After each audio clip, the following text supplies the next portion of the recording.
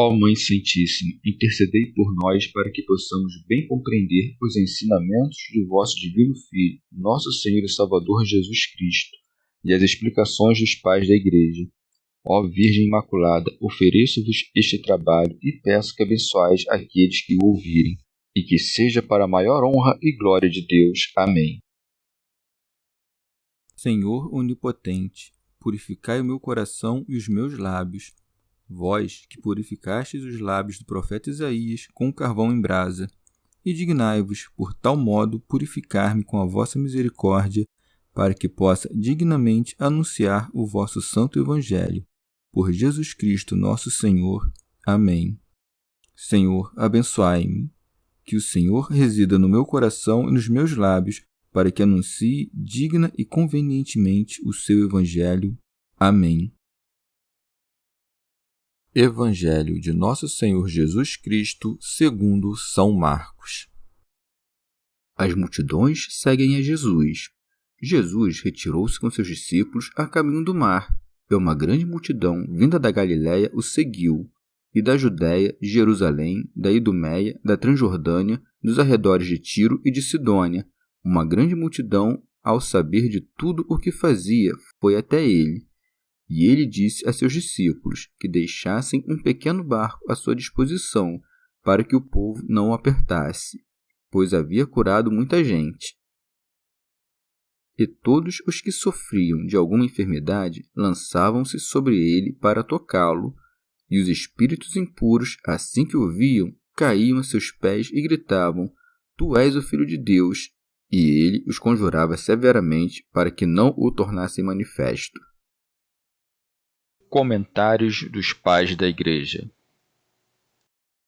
São Beda.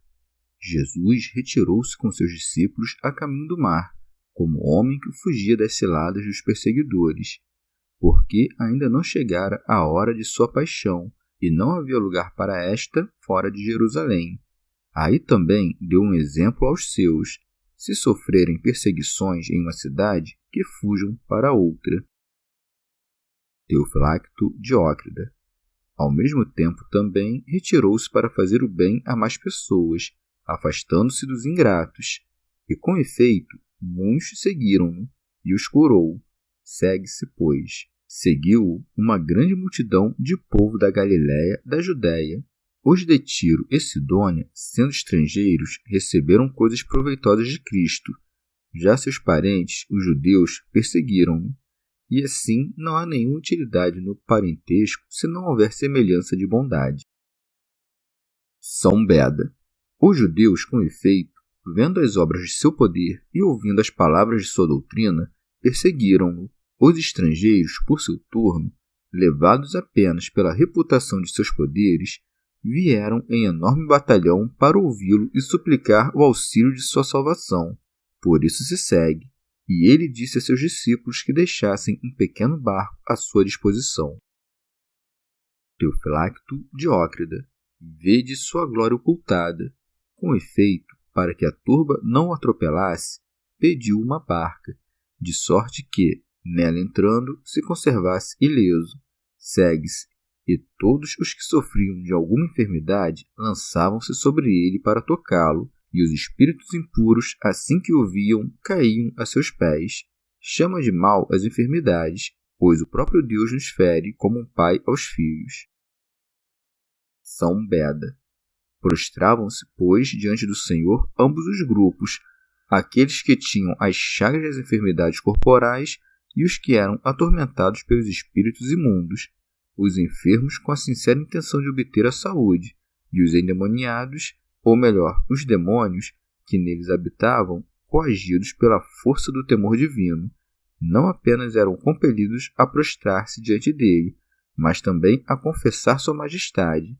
Por isso se segue, e gritavam: Tu és o Filho de Deus.